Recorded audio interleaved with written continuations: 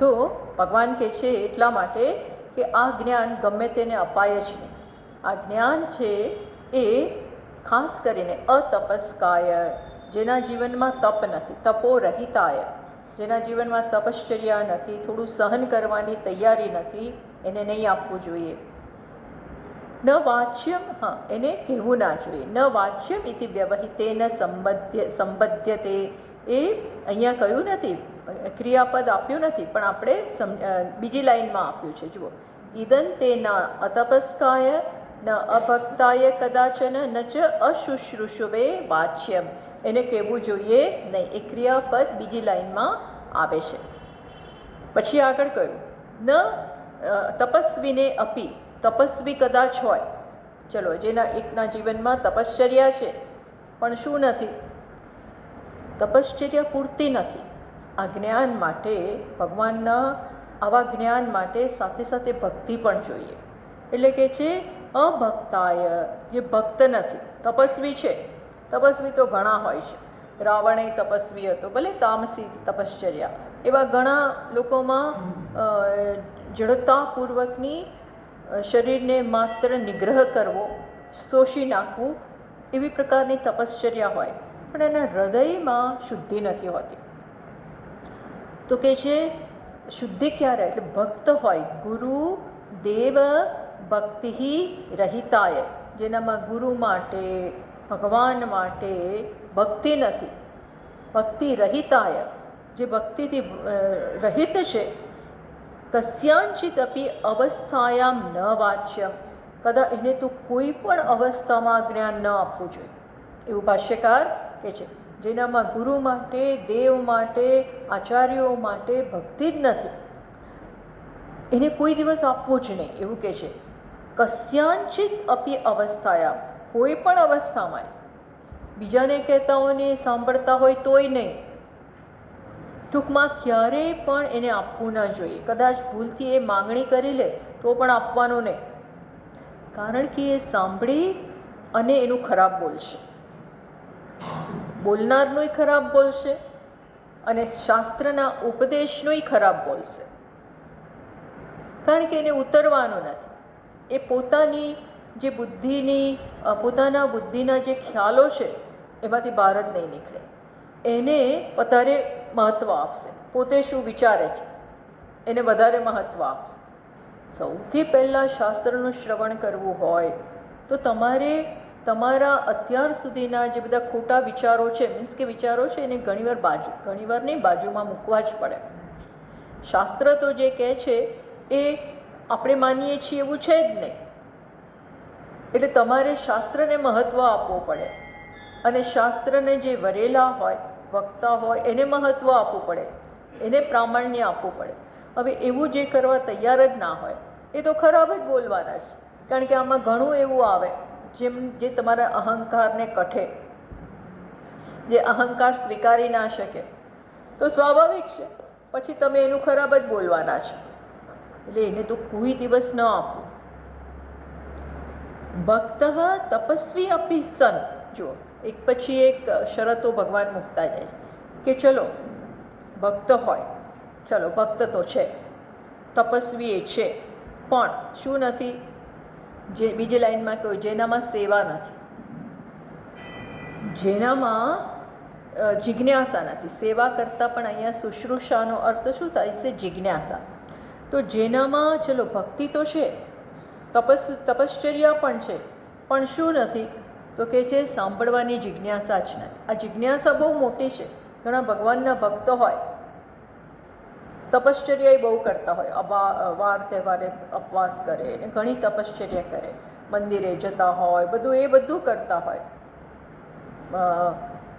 તીર્થસ્થાનોમાં જતા હોય, દાન કરતા હોય, આ બધા ગુણ હોય, પણ જેનામાં શું નથી, જિજ્ઞાસાનો અભાવ છે. જાણવાની ઈચ્છા જ નથી, અમને એમાં રસ નથી, અમને આ મોટી મોટી વાતોમાં રસ નથી, અમને ગીતામાં રસ નથી, કારણ કે અમે એ સમજી એવું કંઈક હોય તો કે છે અશુશ્રુષુ યો ભવતી તસ્મૈ અપી ન વાચ્યમ, એને ન આપવું.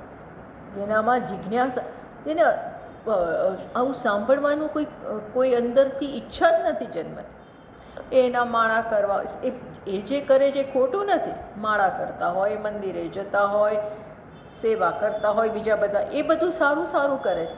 પણ આમાં જાણ આત્મા શું છે, પરમાત્મા શું છે, જગત શું છે, શું સાચું કહેવાય, શું ખોટું કહેવાય, આ બધી ખાસ કરીને આત્માના તત્વ વિશે સમજવાની કોઈ ઉત્સુકતા જ નથી. એનામાં પ્રશ્નોય નથી જન્મતા કે બંધન કેમ, મુક્તિ કોને કહેવાય, આત્મા શું છે, એવી જિજ્ઞાસા જ નથી જન્મી. એટલે હજી ઘણા નીચા છે તો એને પણ ન કહેવું, એને કહેવું નહીં એમ કહે છે. પ્લસ બીજા કોને ન કહેવું, આમાં કેટલી બધી કે કોને ન કહેવું એની વાત કરે. પહેલાં કોને? જે તપસ્વી નથી, જે ભક્ત નથી, જે જિજ્ઞાસા નથી ધરાવતો. અને જે હવે શું કહે છે, ચોથા ચરણમાં કહ્યું ન ચ મામ ય અભ્યસૂયતી, જે મારી અભ્યસૂયા કરે છે. એટલે શું? તો કહે છે ન ચ યો મામ વાસુદેવમ પ્રાકૃતમ મનુષ્યમ મત્વા અભ્યસૂયતી. શું કહે છે? જે મને, એટલે અહીંના ગીતાના વક્તા કોણ છે? ભગવાન કૃષ્ણ. કૃષ્ણ છે ગીતાના વક્તા. હવે કોઈ બધા કંઈ એ સ્વીકારે નહીં. કોણ મોટા? ભગવાન. કોણે કહ્યું કે એ ભગવાન છે? એવા જ સીધા પ્રશ્ન કરે. મને શું માને? ગીતાના વક્તા ભગવાન છે એ બી સ્પષ્ટ થવું જોઈએ. કારણ કે અહીં જે ઉપદેશ છે એ વિલક્ષણ ઉપદેશ છે. ભગવાન ઉપરથી એમ કહે છે તું લડ, તું યુદ્ધ કર. તો યુદ્ધ કરવા માટે કર એવો ઉપદેશ નથી આપતા. અધર્મને દૂર કર, તારું કર્તવ્ય બજાવ. હિંસા ન થવા દેવી એ પણ ધર્મ છે ક્ષત્રિયનો. પ્લસ આત્મા અકર્તા છે, એટલે કોઈ પણ રીતે તને આનો દોષ નથી લાગવાનો. હવે આવું અહીંયા જે કહેવાનું છે બહુ સૂક્ષ્મ છે, બધા એ સમજી શકે એમ છે જ નહીં. એટલે કે છે એ લોકો એમ, હું આવી વાત કરું તો પહેલાં તો એમ માને ભગવાન કૃષ્ણ તો યુદ્ધની જ વાતો કરે છે, અર્જુનને ફોર્સફુલી યુદ્ધ કરાવડાવે છે, આવું બધું માનતા હોય. મને સામાન્ય વ્યક્તિ માનતા હોય કૃષ્ણને. તો કે છે કે આત્મ પ્રશંસાદી દોષ અધ્યારોપણેન મમ ઈશ્વરત્વમ અજાનન ન સહતે. કે છે એ લોકો મારા ઉપર એવો આરોપ કરે. શું આરોપ કરે? આ તો પોતાના વખાણ કરે છે. કોણ? કૃષ્ણ. એ લોકોના મનમાં આવા સંશય જન્મે કે આ તો એના પોતાના વખાણ કરે છે, પોતાને બધાને પૂજાવડાવે છે, બધા એને પૂજે. એટલે આમ કહે છે હું જગતનો ઈશ્વર છું, વાસુદેવ બધે સર્વત્ર રહેલો છે, આમ કંઈ. અને જે એવું માને કે હું ખોટી મારી પ્રશંસા કરું છું અને મારું ઈશ્વરત્વ બી ઘણા સહન ના કરી શકે છે ને. ભગવાન દૂર હોય ત્યારે એમને સ્વીકારવા એક વાત છે, અને આપણી સમક્ષ હોય ત્યારે શક્ય છે કે લોકો એની ઈર્ષાઈ કરે. આ શિશુપાલ, દુર્યોધન, કર્ણ, આ બધા કોઈ ભગવાનને સાંખી જ નહોતા શકતા. ભગવાનનું એમને વ્યક્તિ માને તો ન સાંખી શકે, આપણાથી ચડિયાતા છે. સમજ્યા તમે? કોઈ આપણા સાથે જ હોય અને આપણાથી બહુ આગળ હોય તો એનામાં બધા ગુણ ના જોઈ શકે. બધા લોકો એનામાં રહેલા ગુણ ના જોઈ શકે. એની ઈર્ષા કરે. ત્યાં તો ગોવાળ્યો છે અને ક્યાંથી આગળ આવી ગયો. તો એમ સમજવાની બધાને બુદ્ધિ નથી કે આ તો ભાઈ ઈશ્વરે મનુષ્ય રૂપે અવતાર ધારણ કર્યો છે. એવું ઘણા જાણતા હતા, મોટા ભાગના જાણતા હતા, પણ આ બધા લોકો જાણતા હોવા છતાં એ સ્વીકારી જ ન શક્યા. એટલે કે છે એ લોકો એવું માનશે મમ ઈશ્વરત્વમ અજાનન ન સહતે, સહન જ ના કરી શકે. અસૌ અપી અયોગ્ય, માટે એ અયોગ્ય છે. કોણ અયોગ્ય છે? આવા લોકો પણ અયોગ્ય છે. તસ્મૈ અપી ન વાચ્યમ, એને પણ કહેવું નહીં. કહી દીધું. કોને ન કહેવાનું? તપશ્ચર્યા નથી જેનામાં ભક્ત, જે મારો ભક્ત નથી, જે મારી જિજ્ઞાસા જેનામાં નથી, અને જે મારી અસૂયા કરે છે. અસૂયા એટલે અભ્યસૂયતી એટલે અસૂયા. અસૂયા એટલે શું? જ્યાં દોષ અને જ્યાં ગુણ હોય ને ત્યાંય દોષ જોવા. જ્યાં ભરપૂર માત્રામાં પવિત્રતા હોય, ગુણ હોય, સારાપણું હોય, છતાંય એ ન જોઈ શકવું અને ઉલટું દોષ જોવા, એને શું કહેવાય? અસૂયા. એને અસૂયા કહેવાય. તો કે આવું જે મારી અસૂયા કરતા હોય એને પણ કહેતા નહીં. ભગવતી ભક્તાય તપસ્વીને શુશ્રૂષવે અનસૂયવે ચ વાચ્યમ શાસ્ત્રમ ઇતિ સામર્થ્યાદ ગમ્યતે. તો આનો અર્થ શું થાય છે? આને નહીં કહેવાનું. એટલે કોને કહેવાનું? જે ભગવાનનો ભક્ત છે, તપસ્વી છે, જિજ્ઞાસા ધરાવે છે અને ભગવાનની અસૂયા નથી કરતા, એને જ આ શાસ્ત્ર આપવું. ભગવાને અહીં કન્ડિશનો મૂકી દીધી, શરતો મૂકી દીધી કે આ શાસ્ત્રનું જ્ઞાન કોને આપવાનું? આટલાઓને જ આપવાનું.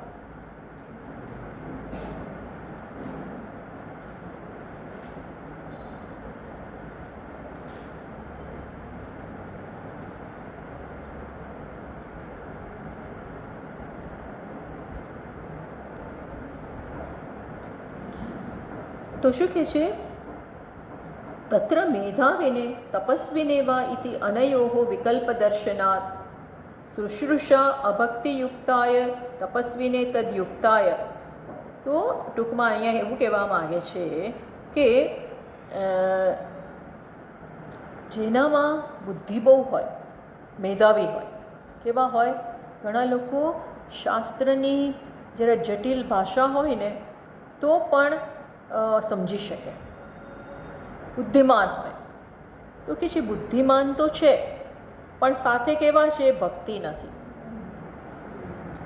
અને તર્ક વિતર્ક સમજી શકે પણ જિજ્ઞાસા નથી, તત્વને જાણવાની જિજ્ઞાસા ના હોય.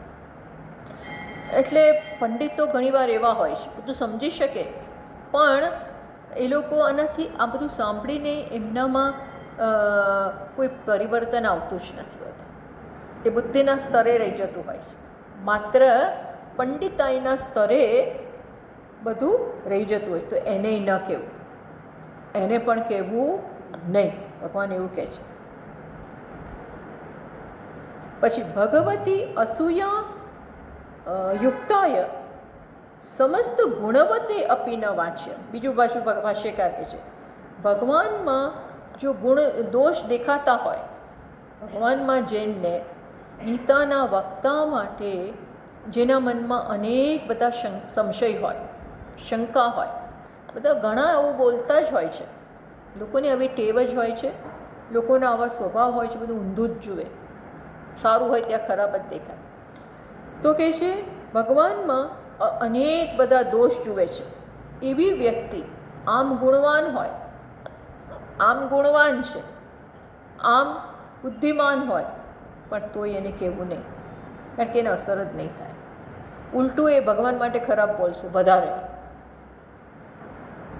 કારણ કે એ જોઈએ જ નહીં શકે. પછી ગુરુ શુશ્રૂષા ભક્તિ મતે ચ વાચ્યમ. અને કોને આપવું જોઈએ? જે ગુરુની શુશ્રૂષા કરે, સેવા. અહીંયા શુશ્રૂષાનો અર્થ સેવા કર્યો, આગળ શુશ્રૂષાનો અર્થ શું કર્યો? જિજ્ઞાસા કર્યો હતો. અહીંયા શું અર્થ કરે છે? ગુરુ શુશ્રૂષા ભક્તિ મતે ચ વાચ્યમ ઇતિ એવ સંપ્રદાય વિધિ. આ સંપ્રદાયની વિધિ છે. જો આચાર્યો સંપ્રદાય કોને પ્રસાર કરવો એની પણ વાત કરતા હોય છે.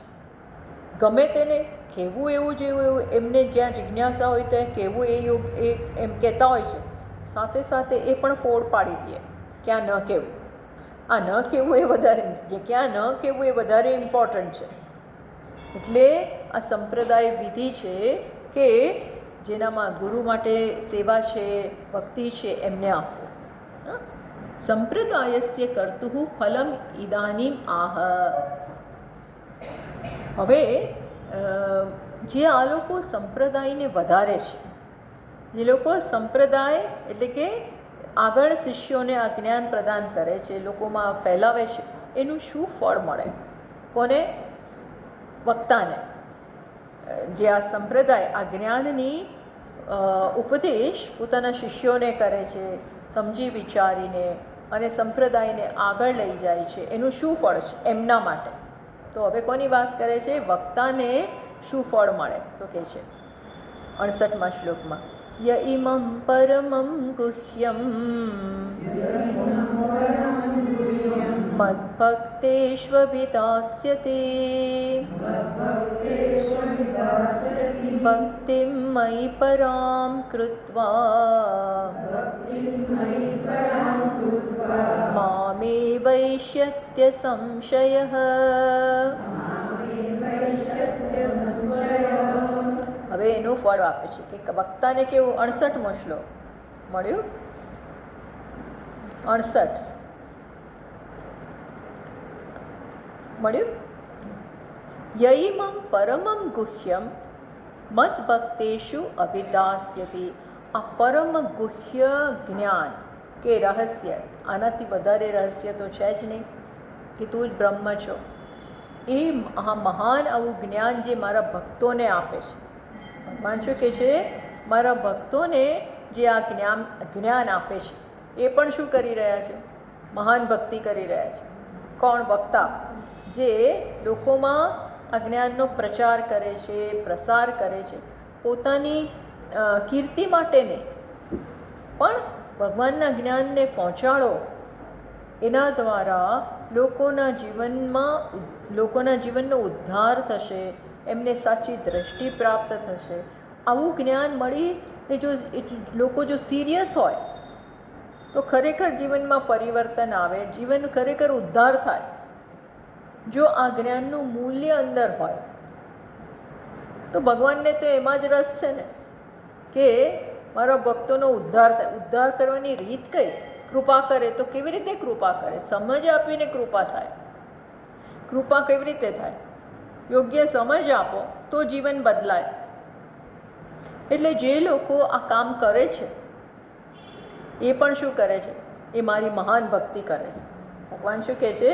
એ વક્તાઓ આવી દ્રષ્ટિથી પ્રેરાઈને બધાને આ જો જ્ઞાન આપતા હોય તો એ શું કરે છે? મારી પરમ ભક્તિ કરે છે. ભક્તિ કરવાના અનેક રીત છે. માત્ર પૂજાપાઠ કરો, મનથી ચિંતન કરો ભગવાનનું, માળા કરો, એ જ ભક્તિ નથી. એ છે, બધું ભક્તિ છે. પણ ભગવાનના ઉપદેશનું સતત ચિંતન કરવું, એને વાગોળવું અને બીજાને લાભ આપવો, એ પણ મહાન ભક્તિ છે. મામ એવ એષ્યતિ અસંશય. આમાં એ મારી પાસે જ આવશે, એ મને જ પ્રાપ્ત થશે, એમાં કોઈ શંકાને સ્થાન નથી. એવું ભગવાન વક્તા માટે કહે છે. એટલે ભાષ્યકાર કહે છે ય ઇમમ યથોક્તમ પરમમ નિશ્રેયસાર્થમ. આવા નિશ્રેયસ જેમાં રહેલું છે, નિશ્રેયસ નિશ્ચિતમ શ્રેય, જેમાં નિશ્ચિત શ્રેય છે, એ આ સાંભળો અને એને ઉતારો તો તમારું કલ્યાણ થાય ને થાય. કારણ કે તમારો જે સ્વભાવ છે, સ્વભાવ, પોતાનું જે સ્વરૂપ છે એની તમને ઓળખ પ્રાપ્ત થાય. એટલે આ નિશ્રેયસ છે. અને કના રૂપમાં નિશ્રેયસ આવ્યું આપણી સામે? કેશવાર્જુનયોહો સંવાદ રૂપમ ગ્રંથમ. આ કેશવ અને અર્જુનના સંવાદ રૂપે આ ગ્રંથ છે. કયો? ભગવદ્ ગીતાનો. એની જે વાત કરે, કેશવ અને અર્જુનનો આ જે સંવાદના રૂપમાં ગીતા છે, એ ગુહ્ય છે, ગોપ્ય. આ સિક્રેટમાં સિક્રેટ, ગુહ્યમાં ગુહ્ય જ્ઞાન છે. એ જે લોકો મદ ભક્તેશુ, જેને મારા માટે ભક્તિ છે, ભગવાનમાં ભક્તિ, કૃષ્ણમાં જ ભક્તિ એવું જરૂરી નથી. જે પહેલાં ઈશ્વરમાં માનતા હોય, ઈશ્વર તત્વમાં માનતા જ ના હોય, એ સાંભળવાના નથી. એ સાંભળીને માત્ર તર્ક કરશે તો કે નહીં. પણ જે ભક્ત છે એને આપે છે. અભિદાસ્યતિ એટલે વક્ષ્યતિ, ગ્રંથતઃ અર્થતઃ ચ સ્થાપયિષ્યતિ. અભિદાસ્યતિ એટલે શું? મદ્ભક્તેષુ અભિદાસ્યતિ. અભિદાસ્યતિનો અર્થ શું કર્યો? કે ગીતાના શ્લોકો અર્થ સહિત જે બીજામાં એનો સંચાર કરે છે, એને આપે છે. યથા ત્વયી મયા, જે રીતે હું તને આપું છું, ભગવાન કહે છે, જે રીતે હું તને આ જ્ઞાન આપું છું. ભક્તિ પુનઃ ગ્રહણાત તદ ભક્તિ માત્રેણ કેવલેન શાસ્ત્ર સંપ્રદાને પાત્રમ ભવતી ઇતિ ગમ્યતે.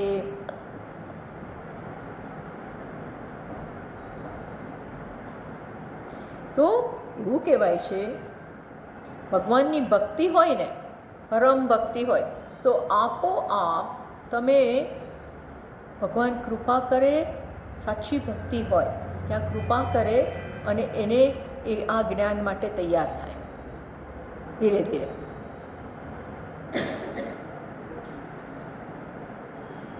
કેવી રીતે સંભળાવે છે? કથમ અભિદાસ્યતિ ભક્તિમયી પરામ કૃત્વા ભગવતઃ પરમ ગુરોહો.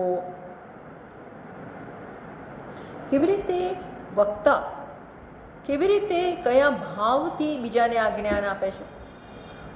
એ વક્તા એવું ના સમજે કે હું તો મોટો વક્તા છું, હું મોટો જ્ઞાની છું ને બીજાને જ્ઞાન આપું છું, એવા ભાવથી નહીં, પણ કેવા ભાવથી? નમ્રતાના ભાવથી. હું પરમ ગુરોહો શુશ્રૂષા મયા ક્રિયતે. એ શું માને છે કે આ દ્વારા તો હું ભગવાનની, ભગવાન કોણ છે? પરમ ગુરુ. ગુરુના આપણા જે બધા લોકલ ગુરુ હોય એના ફર્સ્ટ ગુરુ તો કોણ છે? સૌથી પહેલા ગુરુ ભગવાન, કોઈનાય પણ પહેલા ગુરુ ભગવાન. તો વક્તાના મનમાં આ સ્પષ્ટ હોવું જોઈએ કે આ દ્વારા હું ભગવાનની ભક્તિ કરું છું. આ દ્વારા, આ ભગવાનની ભક્તિનો એક પ્રકાર, શ્રેષ્ઠ પ્રકાર છે, શ્રેષ્ઠ પ્રકાર છે કે હું આ દ્વારા ભગવાનની ભક્તિ જ કરું છું. અહીંયા ભગવાનનું નામ ભગવાનનું જ્ઞાન અપાઈ રહ્યું છે. આપતા પહેલાં તમારે વિચાર કરવો પડે, ચિંતન કરવું પડે. કરતાં કરતાં પણ આખા ભગવાનના શબ્દોનું પ્રતિપાદન થતું હોય, એને સમજાવાતા હોય, તો ભગવાનની વાણી સાથે જ છો એટલે ભક્તિ જ થઈ. ભગવાનનું જેમ નામ લો છો એવી રીતે આ પણ ભગવાનના શબ્દોને એનું ચવન કરો છો, વાગોળો રહ્યા છો, તો આ બી મોટી ભક્તિ છે. અને આનું શું ફળ? તો કે તસ્ય ઇદમ ફલમ, એનું આ ફળ છે. મામ એવ એષ્યતિ, એ મારી પાસે જ આવશે. મારી પાસે આવે એટલે આવેલો તો છે જ, આત્મા તો છે જ, આત્મા જ, પરમાત્મા તો ઓલરેડી છે જ, પણ એને એ જ્ઞાન થશે. મુચ્યતે અત્ર, એને આ જ્ઞાન થશે, એ આ જ્ઞાનમાં નિષ્ઠ બનશે. આમાં કોઈ શંકા કરવી નહીં. ભગવાન ભગવદ્ ગીતામાં આવી બહુ વાત કરે છે કે હું આ કહું છું, શંકા ના કરીશ, હું ભગવાન થઈને આ કહું છું. બીજા કોઈ માણસો કે મહાન હોય, જ્ઞાની હોય, પણ તો આપણને એમ તે છેલ્લે તો મનુષ્ય જ છે ને ભાઈ. આપણે બહુ વિશ્વાસ ના મૂકી શકીએ. આફ્ટર ઓલ આ મનુષ્ય જ છે.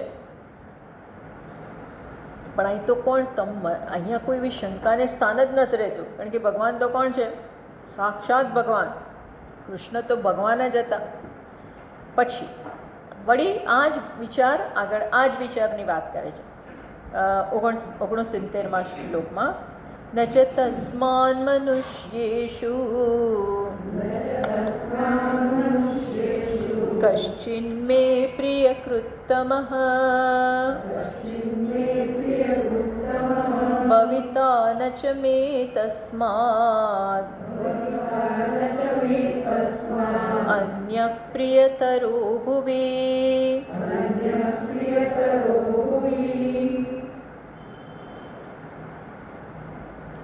પછી ભગવાન હવે બહુ જ વધારે જોરથી આ વાત કરે છે કે મનુષ્યોમાં આ વ્યક્તિથી વધારે, કઈ વ્યક્તિથી વધારે?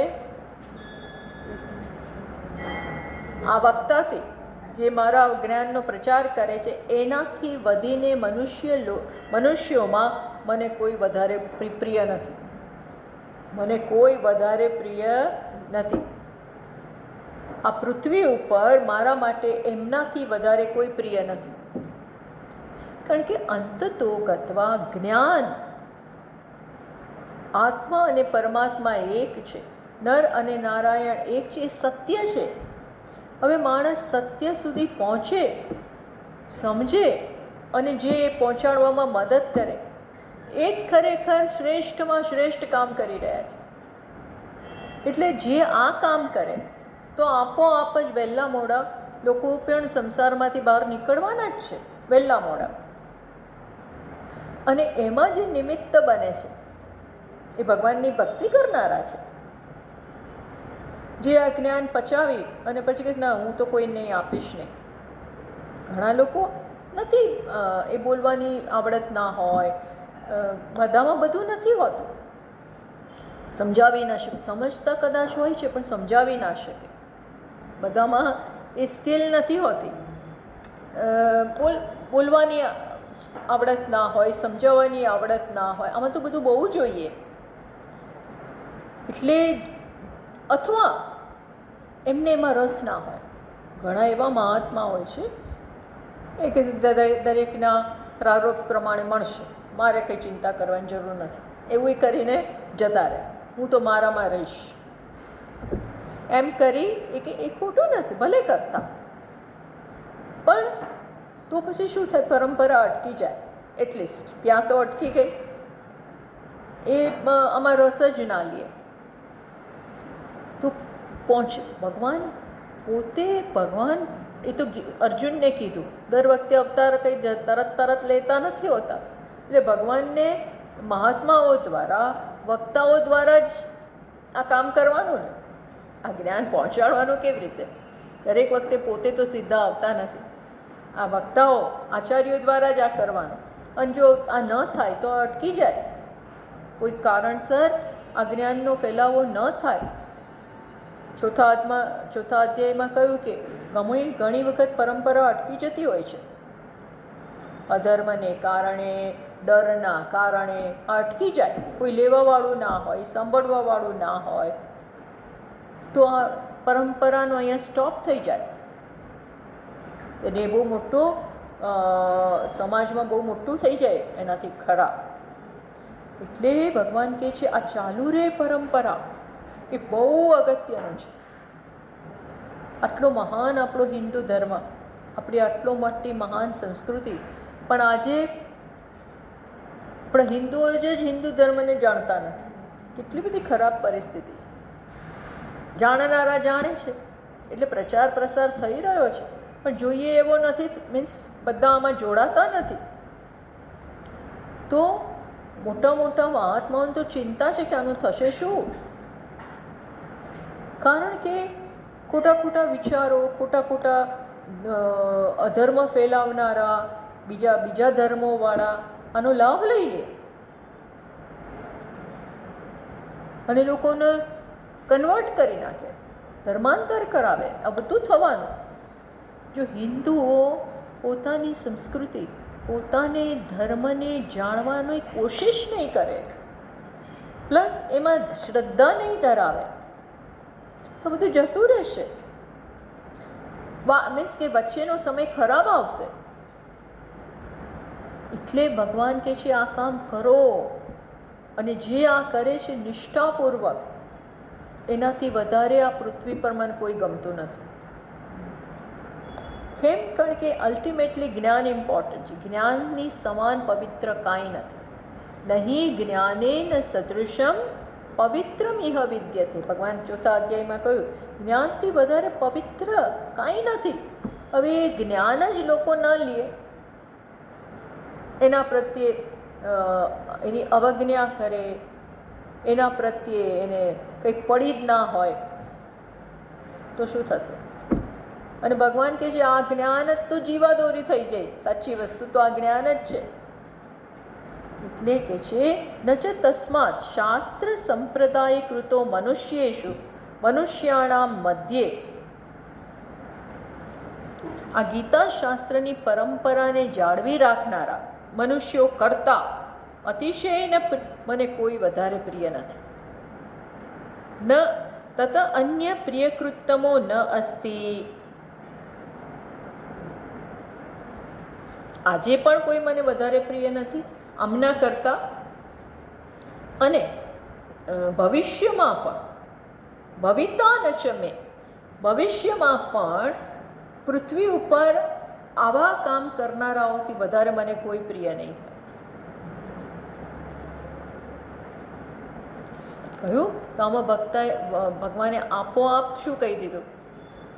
આપોઆપ આ જ્ઞાનની ઇન્ડિરેક્ટલી મહત્તા બતાવી, જ્ઞાનની જ નહીં પણ સાથે સાથે આ જ્ઞાનના પ્રચારમાં બીજાને પહોંચાડવામાં જે લોકો આ જોડાય છે, કામ કરે છે, એ ખરેખર શ્રેષ્ઠ કામ કરી રહ્યા છે એવું અને ભગવાનના પ્રિય છે, ભગવાનના બહુ પ્રિય છે એવું કહ્યું. પછી હવે કહે છે આગળ, અદ્યેષ્યતે ચય ઇમં ધર્મ્યં સંવાદમાવયોઃ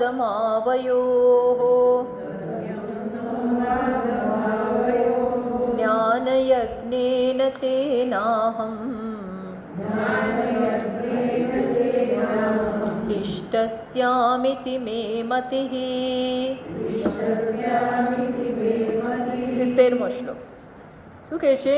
અધ્યેષ્યતે ચય ઇમં ધર્મ્યમ સંવાદમાવયોઃ. ઇમં ધર્મ્યમ સંવાદમાવયોઃ ય અધ્યેષ્યતે. ભગવાન કહે છે જે અમારા બંને વચ્ચેનો, કૃષ્ણ અને અર્જુન વચ્ચેનો આ કેવો સંવાદ?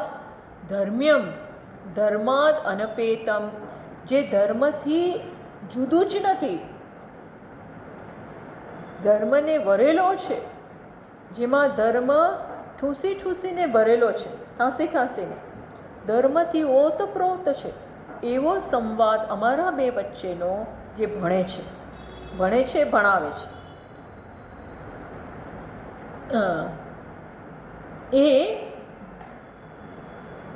એ જ્ઞાન યજ્ઞથી. એ કેવું છે? એ મારી પૂજા કરે છે, જે આ ભણાવે છે અને ભણે છે એ કઈ રીતે મારી પૂજા કરે છે? તો કે જે જ્ઞાન યજ્ઞથી. આ જે છે આને આ સ્વાધ્યાય કરવો, ઉપનિષદો વગેરે, ગીતા વગેરેનો સ્વાધ્યાય કરવો, એને શું કહેવાય? જ્ઞાન યજ્ઞ. કેમ? પેલા જપ યજ્ઞ હોય, તપ યજ્ઞ હોય, હોમ અનેક થતા હોય, એ બધા થાય છે. એ બધામાં સર્વશ્રેષ્ઠ કયો યજ્ઞ? જ્ઞાન યજ્ઞ. યજ્ઞ એટલે શું? વેદી હોય, પછી ત્યાં અગ્નિ પ્રગટાવેલો હોય અને એમાં આહુતિ અપાય અને એના કારણે તમને ફળ મળે. એમ અહીંયા પણ જ્ઞાનરૂપી અગ્નિ વક્તા પ્રગટાવે અને એમાં શેનો હોમ કરે? તમારા બધા ખોટા ખ્યાલને ઉપદેશ દ્વારા હોમી નાખે. એટલે આને કેવો યજ્ઞ કહેવાય? જ્ઞાની. એટલે તમને ખબર હોય તો આપણા બધા પ્રવચનો હોય છે, એને શું નામ આપતા? જ્ઞાન યજ્ઞ. ચોથા અધ્યાય ઉપર જ્ઞાન યજ્ઞ, બીજા. એટલે શરૂઆતમાં હું વિચારતી નવે આ બધા વિષયોમાં હતી, આ યજ્ઞ, જ્ઞાન યજ્ઞ એટલે શું? પેલા બધા યજ્ઞો તો ખબર છે, પણ જ્ઞાન યજ્ઞ એટલે જેમાં આહુતિ અપાય. શેની આહુતિ અપાય? અજ્ઞાનની. જ્ઞાનમાં અજ્ઞાનની આહુતિ, જ્ઞાનરૂપી અગ્નિમાં અજ્ઞાનની આહુતિ. તો કે છે કે જે આ કરે છે એ વિધિ યજ્ઞ કરતા, જપ યજ્ઞ કરતા, ઉપાંશુ યજ્ઞ કરતા, માનસ યજ્ઞ કરતા આપ સર્વશ્રેષ્ઠ યજ્ઞ છે. તો ઇતિ અતઃ જ્ઞાન યજ્ઞેન ગીતાશાસ્ત્રસ્ય અધ્યયનમ સ્તુયતે. તો ભગવાન આના દ્વારા શું કહ્યું? આને જ્ઞાન યજ્ઞની પદવી આપીને, જ્ઞાન યજ્ઞ સાથે આને સરખાવીને આની બહુ સ્તુતિ કરી, બહુ શ્રેષ્ઠ. સાતમા અધ્યાયમાં એ કહ્યું ને કે બધા ભક્તો મને ગમે છે, પણ સૌથી વધારે ભક્ત કોણ ગમે? જે જ્ઞાની ભક્ત. એમ અહીંયા પણ જ્ઞાન, જો ભગવાનના મનમાં જ્ઞાનની કેટલી અગત્યતા છે. ફલવિધિ. તો આનું ફળ કેવું હોય છે? ફલવિધિ એવવા દેવતાદિ વિષય જ્ઞાન યજ્ઞ ફલતુલ્યમ અસ્ય ફલમ ભવતી. કે જે દેવતાઓને તમે યજ્ઞ કરતા હો ને એમાં જે ફળ મળે એના જેવું જ આ ફળ જ છે. ઇનફેક્ટ આ તો શ્રેષ્ઠ ફળ છે. અને એ શું થાય છે? આ યજ્ઞથી હું પૂજિત થાઉં છું. એટલે તમે આ જ્યારે સાંભળતા હો, વક્તા કહેતા હોય, ત્યારે કોની પૂજા ચાલે છે? જ્ઞાન સ્વરૂપ ભગવાનની.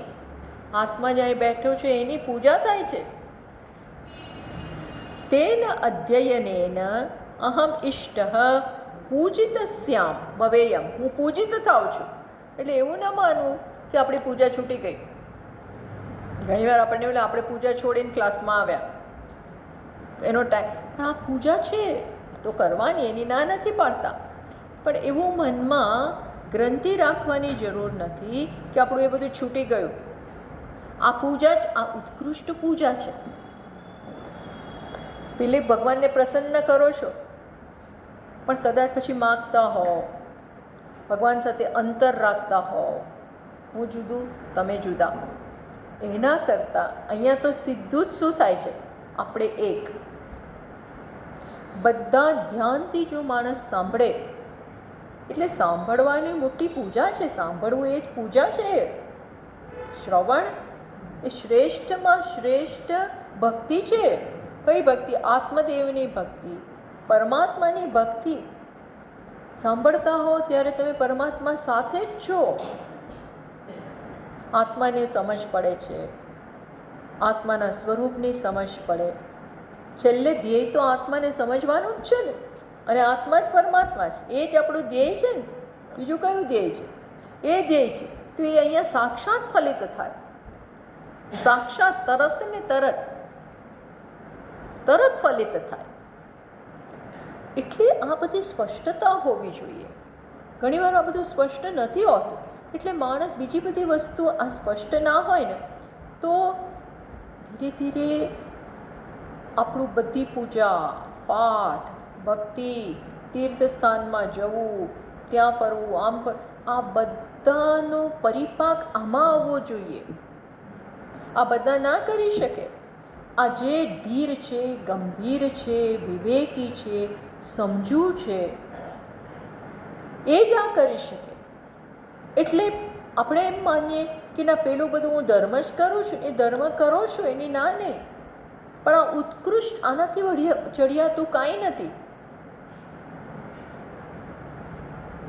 પણ આનું મૂલ્ય ખબર હોવી જોઈએ.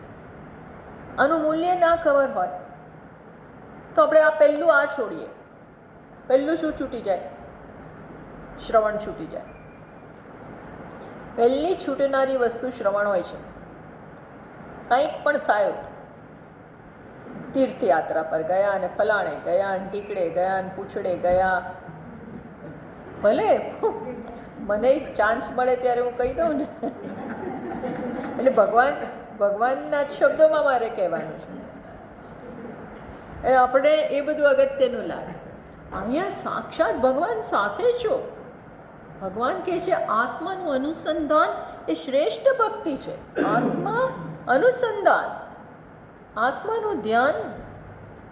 વક્તાની સાથે તમે સૂક્ષ્મ બનો, ફોકસ કરો અને ધ્યાન આપો, એકાગ્રતા કેળવો, તો તમે આત્મા સાથે જ છો. એટલે મારી ભગવાન કહે છે આનાથી મારી પૂજા જ થાય છે, શ્રેષ્ઠ પૂજા.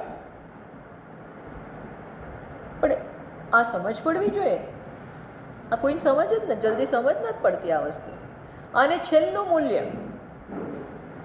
બધું ના હોય તો આપણે આ કરીએ, કાંઈ ના હોય કરવાનું, ક્યાંય જવાનું ના હોય, ક્યાંય ફરવા જવાનું ના હોય, કોઈ તીર્થસ્થાનમાં ના હોય. જો હું તીર્થસ્થાનની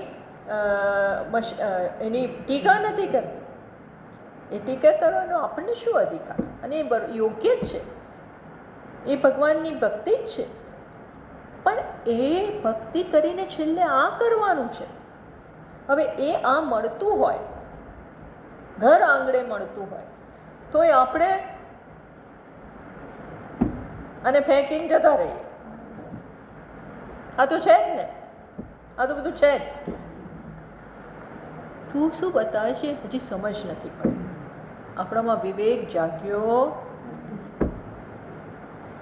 આ તો બધું તીર્થયાત્રા, પૂજા, પાઠ, આ બધા આ બધાથી આ ઊંચું છે, એક ઉતરતું છે એમ નથી કહેતા, પણ એ બધાના કરવાને પરિણામે આ આપણા જીવનમાં આવે છે. તો એ જીવનમાં આવ્યું હોય તો એ આપણે ફેંકી દેવાનું. એટલે ભગવાન કહે છે, પોતે બોલે છે. શું બોલે છે? આ અધ્યયનથી હું પૂજિત થાઉં છું. જ્ઞાન યજ્ઞેન તેન અધ્યયનેન અહમ ઇષ્ટ પૂજિત. ઇષ્ટનો અર્થ શું કર્યો? મારી પૂજા થાય છે. પાછું શું કહે છે ભગવાન? ઇતિ મે મમ મતિહિ. આ મારી મતિ છે, આ મારો મત છે, નિશ્ચિત મત છે. બોલો, હવે ભગવાન આવું ઠોકીને કહે છે, આ હું માનું છું, આ મારો નિશ્ચિત મત છે. તોય આપણે તો એટલે આ સમજવું પડે. ગીતા જેવા ગ્રંથનું જ્ઞાન મળતું હોય, ઉપનિષદોનું જ્ઞાન મળતું હોય, આના જેવી દુર્લભ વસ્તુ જીવનમાં નથી. આના જેવું દુર્લભ કાંઈ નથી. એટલે આની બેસીને શાંતિથી બેસી અને આ સમજવું જોઈએ. આપણા માટે આ શ્રવણ તો સાવ છેલ્લું જીવનમાં આવે છે. કાંઈ ના હોય તો આ એવું નહીં. અને આના માટે સતર્ક રહીએ, જાગૃત રહીએ, ભણવાની તૈયારી રાખીએ. હું એવું નહીં પછી આવીને પણ આપણે જોકા ખાઈએ, આમ કરીએ તેમ કરીએ, એવું નહીં. આ ભણો, બરોબર ભણો. ચોપડી બરોબર હોવી જોઈએ, અંદર જોતા હોઈએ છેલ્લો કયો શ્લોક થયો, કયો પછી આવે છે, શું ભણાવે છે. આ બધું અમે તો ભણતા ત્યારે બધું કેટલું હોમવર્ક કરીને જતા હતા. અમને કોઈ કહેતા નહોતા હોમવર્ક કરો. કેટલું ભણીને જઈએ જેથી કરીને ક્લાસમાં સમજ પડે. પહેલેથી બધાને બધી સમજ ના પડતી હોય. આપણે તો રાહ જોઈએ કે સમજાવશે તો થોડું ભણીને જાઓ, પછી ઘરે જઈને ભણો. આ બધી સિન્સિયરિટી કહેવાય. આ સિન્સિયર આપણે છીએ. એ આપણે સ્કૂલમાં ભણતા હતા તો કેવું ભણતા હતા, પણ એ તો આપણે જરૂરી માનતા હતા એટલે ભણ્યા. પણ આ જરૂરી છે એવું નથી માનતા. જીવનરૂપી પરીક્ષામાં ફેલ થઈ જઈશું એવું લાગતું નથી. એટલે ભણો બરોબર, સમજો બરોબર, ભણાવે છે તો ધ્યાન આપીએ. આ તો આપણે એક વખત આવીએ, બીજી વખત ન આવીએ, ત્રીજી વખત આવીએ, ચોથી વાર ના આવીએ, પાંચમી વાર ના આવીએ, છઠ્ઠી વાર ના આવીએ, સાતમી વાર ના આવીએ, આઠમી વાર આવીએ, ના આવીએ, ન આવીએ, ન આવીએ, આવીએ, જે આવે. પણ મારું કહેવાનું આવું છે કે આનું મૂલ્ય જ નથી ખબર. મૂલ્ય જન્મતું જ નથી. એટલે પછી ભગવાન કહે છે તો છોડી દો, ન આપો, આપો જ નહીં. જેને ભક્તિ નથી, જેનામાં જિજ્ઞાસા નથી, એને નહીં આપવાનું.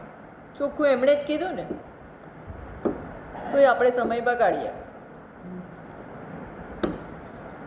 તો આ પ્રકારે ભગવાન વાત કરી રહ્યા છે. હવે કે બીજું પણ એનું ફળ છે, જે ચલો એક શ્લોક હજી લેવાય તો લઈ લઈએ. અત શ્રોતુ ઇદમ ફલમ. હવે આ તો વક્તાનો ફળની વાત કરે. સાંભળનારને શું ફળ મળે છે એ કહે છે. હવે કોને હમણાં સુધી શું વાત કરી?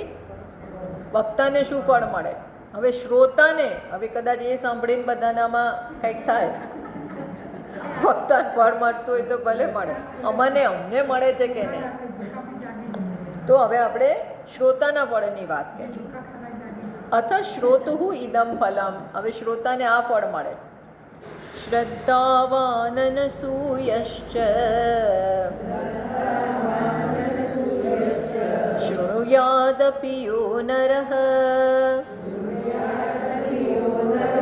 સોપી મુક્ત શુભાન લોકાન પ્રાપ્નુયાત પુણ્યકર્મણામ.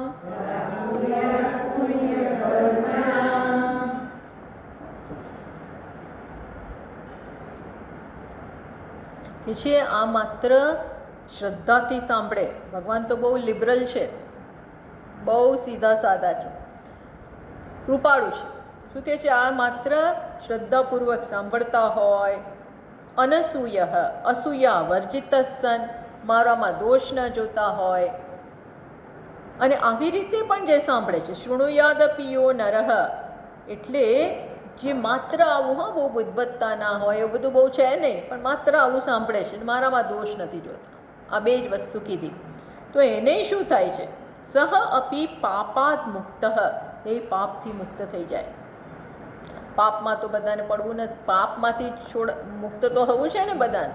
તો એ માત્ર સાંભળવાથી, શ્રદ્ધાથી સાંભળે, ભણે બહુ નહીં, શ્રદ્ધાથી સાંભળે છે અને ભગવાનમાં અસૂયા નથી કરતા, એ મુક્ત થઈ જાય છે. અને મુક્ત થાય છે, પણ પરમ મુક્તિ ના મળે. શું મળે? તો કે શુભ લોકને પ્રાપ્ત થાય. શુભાન પ્રશસ્તાન લોકાન પ્રાપ્નુયાત. આ મોટા પુણ્ય કર્મણા અગ્નિહોત્રાદિ કર્મવતામ, અગ્નિહોત્ર વગેરે કરતા હોય ને એમને જે પુણ્યલોક પ્રાપ્ત થાય, એવા પુણ્યલોક અમને પણ પ્રાપ્ત થાય. ટૂંકમાં સારી ગતિ થાય. કારણ કે આ સાંભળવાથી આપણું મન શુદ્ધ થાય છે, પવિત્ર થાય છે. એમ કરી અને અહીંયા કહ્યું કે સાંભળવાનું બહુ ફળ છે. આગળ બી 13મા અધ્યાયમાં કહ્યું કે જે માત્ર સાંભળે છે, માત્ર બેઠો બેઠો સાંભળે, બીજું કાંઈ નહીં, એ મુક્ત થઈ જવાનું. એ મુક્ત થઈ જશે. અહીંયા આવીને બેઠા કે મુક્તિનો માર્ગ ધીરે ધીરે કંડારાય છે. પેલો ધૂંધુલી હતો ને, ધૂંધુકારી, એ કેવો પાપી હતો, કેટલો પાપી હતો, બાપરે! એના પાપનું આપણને કલ્પના ના કરી શકીએ, એવા એણે પાપ કર્યા.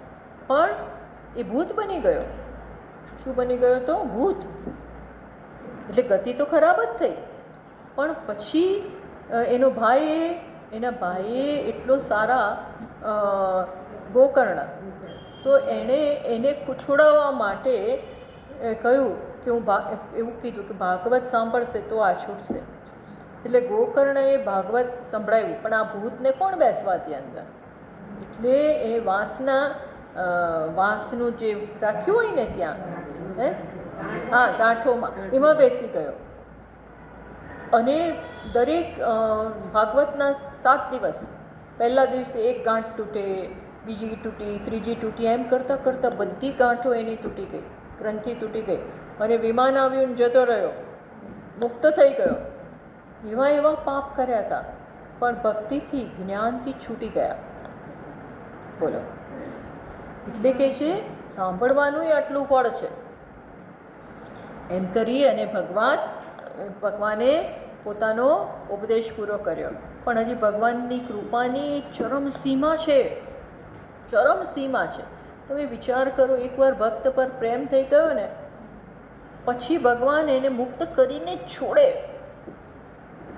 એટલે ભગવાન શું કહે છે, બતાવી દીધું, ઉપદેશ તો અપાઈ ગયો, પણ ભગવાન પહેલાંને હજી પાછા પૂછે, બરાબર સાંભળ્યું છે કે નહીં? અર્જુનને બરાબર ન સાંભળ્યું હોય તો ફરી કહું. ફરી એવી પણ એમની તૈયારી છે. પૂછી લે છે, પૂછ્યા વગર છોડતા નથી. ભાઈ તું બેઠો, આટલું સાંભળ્યું, સમજ પડી છે કે નહીં, જાણી લે છે. તો એ હવે આવે છે, જે આપણે આવતા વખતે જોઈએ. ઓમ પૂર્ણમતઃ પૂર્ણમિદં પૂર્ણાત પૂર્ણમુદચ્યતે પૂર્ણસ્ય પૂર્ણમાદાય પૂર્ણમેવાવશિષ્યતે. ઓમ શાંત શાંત શાંતિઃ.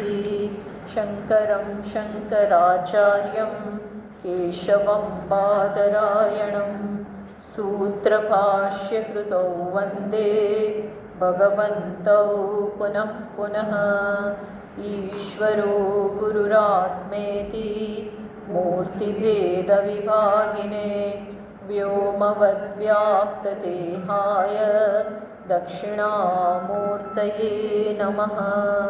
ઓમ શાંત શાંત શાંતિઃ. હરિ ઓમ. શ્રી ગુરુભ્યો નમઃ. હરિ ઓમ. એક મિનિટ.